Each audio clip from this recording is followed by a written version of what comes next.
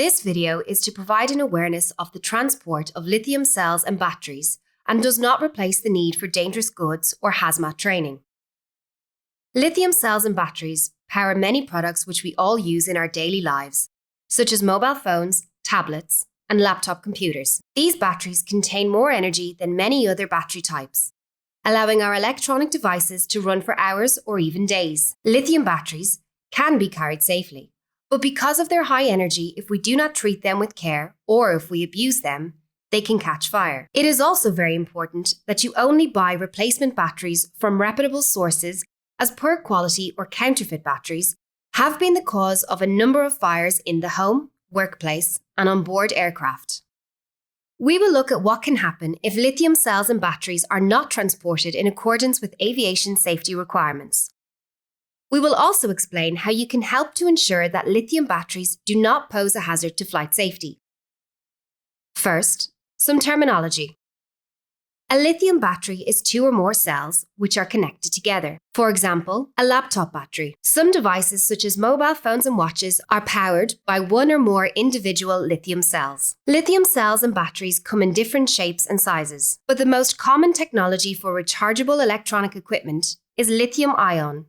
Similar rechargeable technologies, such as lithium polymer, are treated in the same way as lithium-ion batteries when in transport. For portable equipment that is not rechargeable, lithium metal batteries are most commonly used. Because portable electronic devices are so common, billions of lithium batteries are transported around the world, and this is expected to increase substantially over the coming years. Also, new technology allows batteries to contain more energy than before. This means it is even more important that lithium batteries are transported according to the rules. In recent years, we've seen a growing number of fire incidents involving lithium batteries, some of which have had the potential to lead to the loss of an aircraft. Both lithium-ion and lithium metal batteries can be dangerous if they are faulty, abused, or not manufactured to international standards. That's why it's so important that you only buy lithium cells and batteries from reputable sources. Some batteries may look genuine, but as with this example, they may be counterfeit.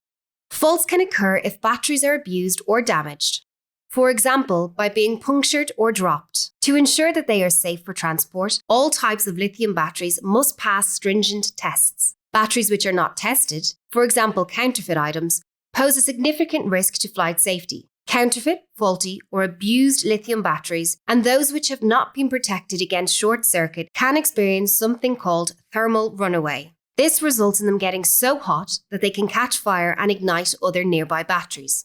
Any fire aboard an aircraft, particularly one involving lithium cells and batteries, has the potential to be catastrophic. Cells or battery that are defective for safety reasons or that have been damaged are forbidden for air transport, as these are more likely to catch fire. Here, we see a fierce fire resulting from 5,000 lithium-ion batteries that were set alight for test purposes. In this test, we see what happens when lithium metal batteries are ignited. Whilst the cargo compartments of passenger aircraft are fitted with fire suppression systems, these may not be effective against lithium battery fires. Consequently, consignments of lithium cells and batteries on their own in cargo are forbidden for carriage on board passenger aircraft.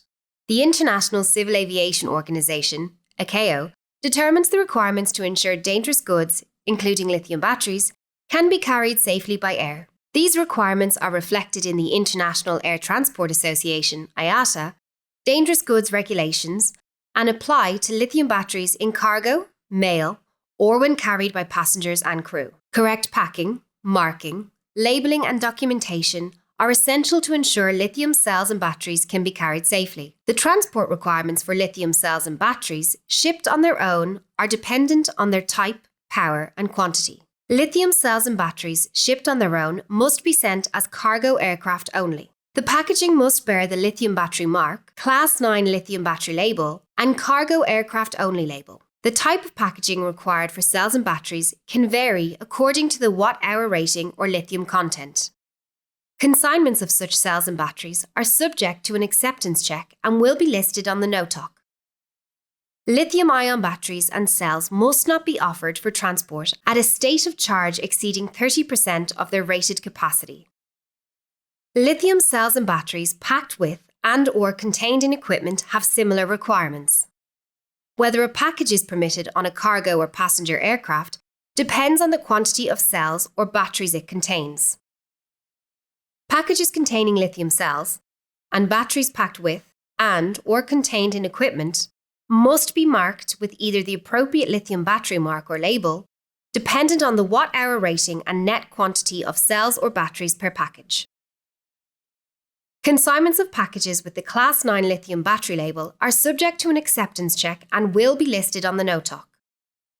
Lower power lithium cells and batteries packed with or contained in equipment, that is lithium-ion cells not exceeding 20 watt-hours, lithium-ion batteries not exceeding 100 watt-hours, lithium metal cells with a lithium content not exceeding 1 gram, and lithium metal batteries with an aggregate lithium content not exceeding 2 grams, often referred to as Section 2, are not required to be listed on the NOTOC, but must be shown on the airway bill. The lithium battery mark is not required for packages that exclusively contain button cell batteries installed in equipment or have no more than 4 cells or 2 batteries installed in equipment, provided there are no more than 2 packages per consignment. Damaged packages must not be loaded, as the lithium batteries inside may have also been damaged. Be alert to any indications that a package may contain lithium batteries that have not been prepared in accordance with the requirements. If in doubt, ask your supervisor. Passengers and crew may carry lithium-ion with a rating of up to 100 watt-hours. I've got a high-powered laptop battery with me. Can I carry it on board? 2 spare batteries up to 160 watt-hours or 1 spare battery up to 300 watt-hours for a lithium battery removed from a mobility aid may also be carried, but only with the approval of the operator, with any spare batteries carried in the cabin. Measures must also be taken to individually protect batteries to prevent short circuits. Additional protection requirements apply to spare mobility aid batteries carried in the cabin.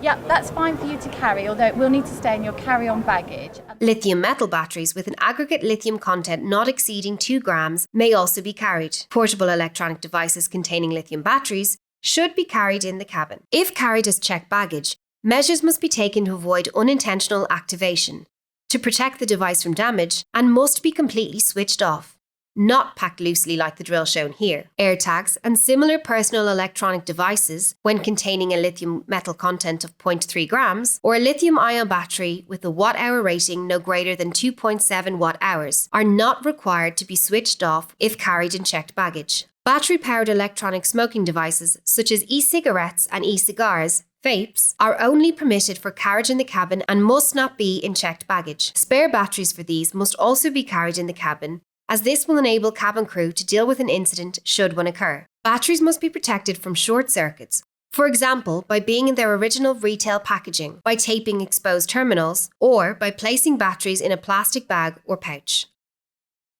Should it be necessary to transfer carry-on baggage to the hold, for example if a bag is too large, or if approved storage locations in the cabin are full, it is important that passenger handling staff or cabin crew verify that the baggage contains no spare lithium batteries or e-cigarettes. Can I just ask, are you travelling with any electrical items or spare batteries? I have a spare battery for my laptop.